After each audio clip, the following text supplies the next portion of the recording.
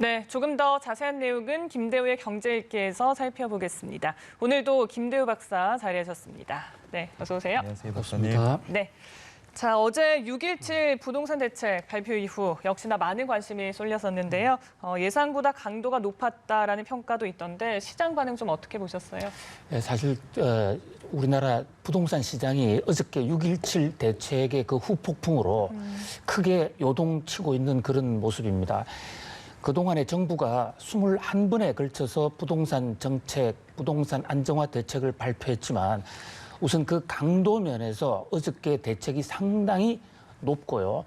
또 하나는 적용 대상이 기존의 부동산 정책들은 서울의 강남을 중심으로 한 특정 지역, 이른바 똘똘한 부동산 폭등 지역을 중심으로 한 것이라고 그러면 어저께 6.17 지역은 그 특정 지역의 부동산 규제에 따라서 풍선 터지듯이 옆 지역에 전파된 그동안에는 사각지대로 알려져 있던 좀 조용한 지역들 상대적으로 특히 수도권, 경기도, 충청도 이런 데에 해당 국민들이 많은 지역에 광범위하게 지금 부동산 규제가 됐고요. 네. 또 그다음에 분양권 제도라든지 법인 제도라든지 뭐 들어보지 못한 많은 조처가 있기 때문에 지금 부동산 시장이 상당히 요동치고 있다 이렇게 볼 수 있겠습니다. 네, 다만 이제 규제 지역에서 제외된 지역들, 김포나 파주, 천안 등에서 뭐 벌써부터 풍선효가 나타나는 거 아니냐 이런 얘기도 나오는데 괜찮겠습니까? 예, 그래서 왜 이렇게 자꾸 부동산 대책을 나누어서 네. 단계적으로 하고 그러는 바람에 풍선 효과를 유발하는 조금 안타까운데요. 예. 이번에도 원래는 경기도 전역, 수도권 전역을 하려고 했습니다마는 아마도 국토부는 그 원리 원칙대로 이 현재 조정 대상 지역이나 투기 과열 지구를 지정하려면 그 지역의 땅값이 물가의 몇 % 이상 올라야 된다는 이런 기준이 있어요. 거기에 충실하다 보니까 그런 것 같은데 경기도의 파주, 연천, 동두천, 가평, 양평 이런 데는 조정 지역에서 또 빠졌거든요. 예. 그러니까 만약에 이동하는 투기 세력이 있다면 저 김포 같은 곳, 파주 같은 곳 또 움직일 수 있단 말이죠. 예. 특히 천안 같은 곳은 서울에서 지하철로 타기만 하면 바로 갈 수 있는 네. 그런 거리이기 때문에 충청도에 있다고는 하지만 한 수도권이나 마찬가지다. 그런 면에서 또 다른 풍선의 우려도 있다. 이런 지적이 나오고 있습니다. 그러니까요. 파주나 뭐 김포도 서울에서 굉장히 가까운데 이런 부분들 좀 풍선 효과가 일어나지 말아야겠습니다.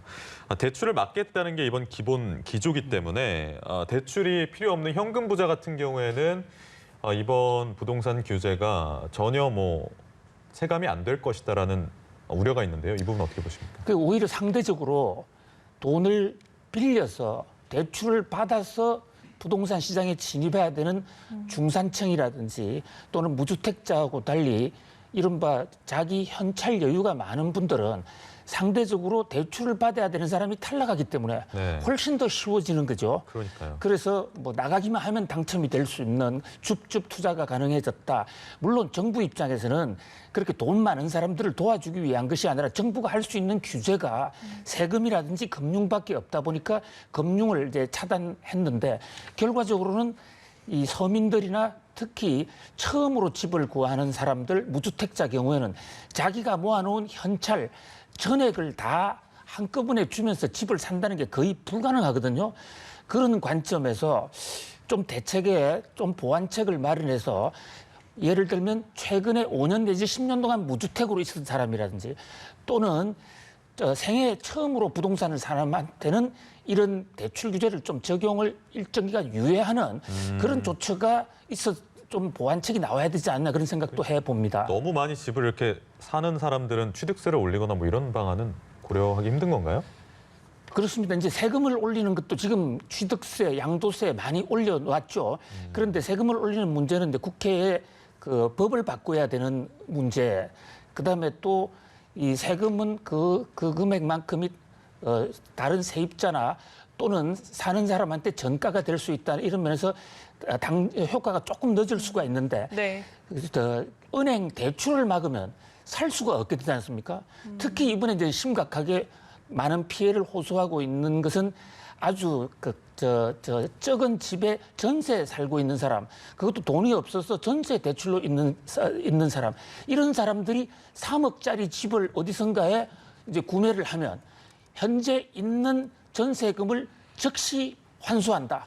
뭐 이런 정책들 같은 경우는 조금 그 무주택자들이 좀 스트레스를 받고 있는 것 같습니다. 네, 이번 대책에서 또 주목이 되는 것이 강남구의 청담, 삼성 대치, 또 송파 잠실. 이제 일정 기준 이상의 뭐 주택이나 땅을 사기 위해서는 시 허락을 받아야 합니다. 토지거래 허가 구역으로 이제 지정이 되는 건데 이런 정책의 좀 배경이나 앞으로의 좀 효과 어떻게 보세요? 예, 주택 지역을 토지거래 허가 구역으로 묶은 것은 약 10여 년 만에 처음 나오는 굉장히 강력하고 획기적인 정책입니다.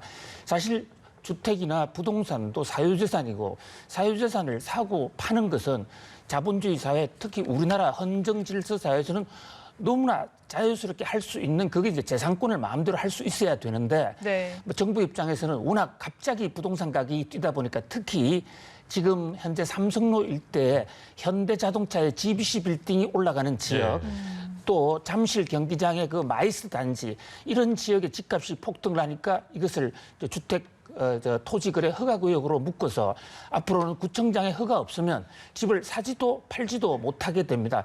이런 강력한 수를 이제 남발을 하게 됐을 경우에 그 상당히 그 규제 저항 이런 그러고 그 당시에 부동산 투기하고 전혀 관계없이 내가 지금 집을 팔아야 될 사람들 이런 사람 집이 안 팔린단 말이죠. 이런 재산권 침해에 관한 어떤 반발과 저항이 좀 있을 것으로 보입니다.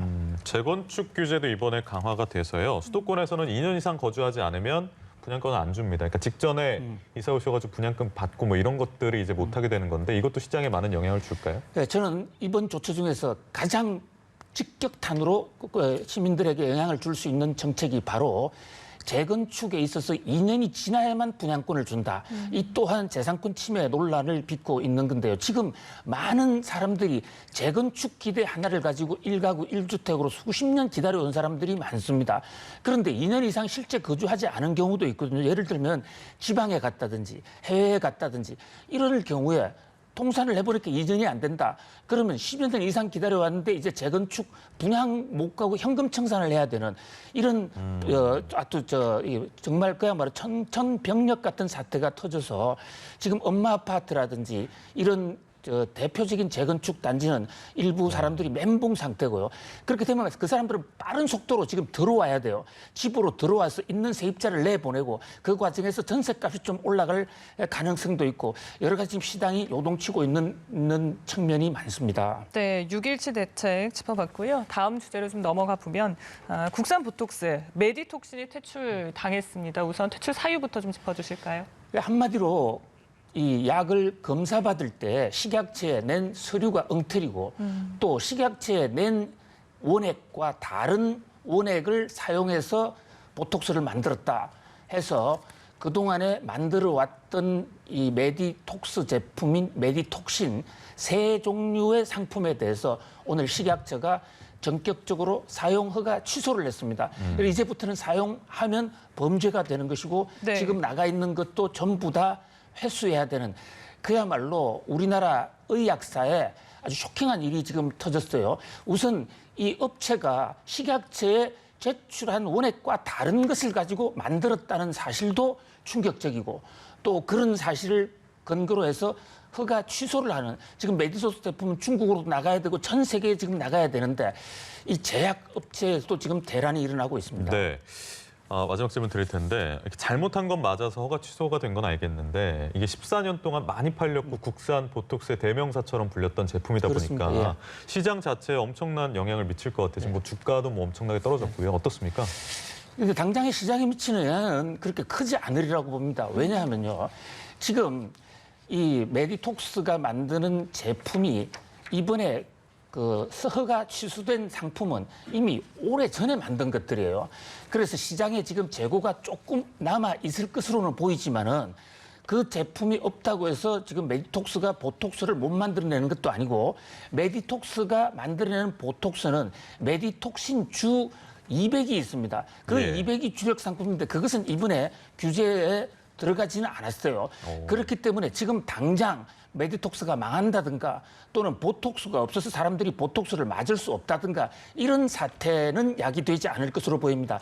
다만 우리나라 1호의 이 보톡스 회사인 톡스의 제품이 그동안에 엉터리 원액을 써서 만들었다는 것이 이제 국제적으로 확인이 됨으로써 네. 앞으로의 중국 진출이라든지 세계 진출에 회사의 레퓨테이션, 신용도는 결정적으로 영향을 받을 것 같고요. 또 다른 제약사들은 지금 이 순간에도 혹시 거짓말을 하고 있지 않는가, 한국 회사들에 대한 신용도가 많이 추락했다고 볼 수가 있겠습니다. 네, 여기까지 김대호의 경제 읽기 김대호 박사와 함께했습니다. 네, 고맙습니다. 감사합니다.